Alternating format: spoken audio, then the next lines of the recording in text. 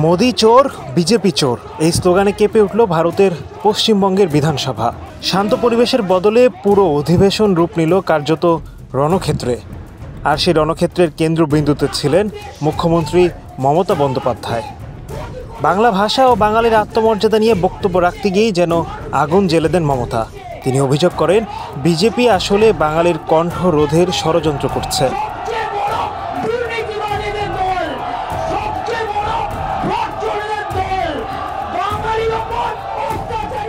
কিন্তু বিজেপি বিধায়কেরা বসে থাকেননি। কাগজ ছুঁড়ে হাততালি দিয়ে পাল্টা স্লোগানে তারা মমতাকে ঘিরে ধরেন।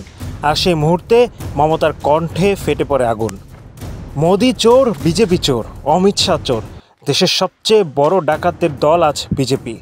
কোটি কোটি টাকায় দেশ বিক্রি করছে আর তাদের লজ্জা করছে না। এমন বক্তব্যে ক্ষুব্ধ হয়ে ওঠেন মমতা।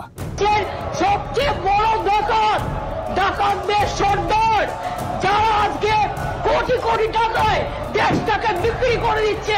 একসঙ্গে প্রতিধ্বনিত হতে থাকে মোদি চোর বিজেপি চোর। বিরল সেই দৃশ্য মুহূর্তে বিধানসভাকে রূপ দেয় রণক্ষেত্রে। স্পিকার বিমান বন্দ্যোপাধ্যায় বারবার পরিস্থিতি সামলানোর চেষ্টা করলেও শেষ পর্যন্ত একাধিক বিজেপি বিধায়ককে সাসপেন্ড করতে হয়। শুরু হয় হাতাহাতি।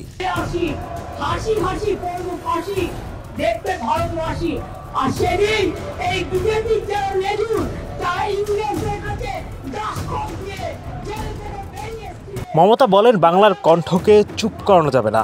বাংলার মানুষ ডাকাত আর ভোট চোর বিজেপিকে এখন আর দেখতে চায় না। আজ চোরের মায়ের বড় গলা, কিন্তু বাংলার মাটিতে এদের ঠাঁই হবে না।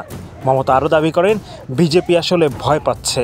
টাকা, অস্ত্র আর নির্বাচন কমিশনকে ব্যবহার করে তারা ভোটে যেতে চায়।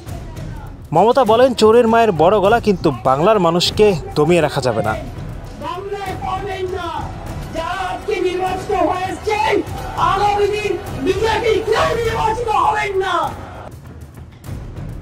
দিন শেষে বিজেপি ওয়াকআউট করলেও বিতর্ক থামেনি, বরং বেশ কয়েকটি প্রশ্ন ঘুরপাক খাচ্ছে।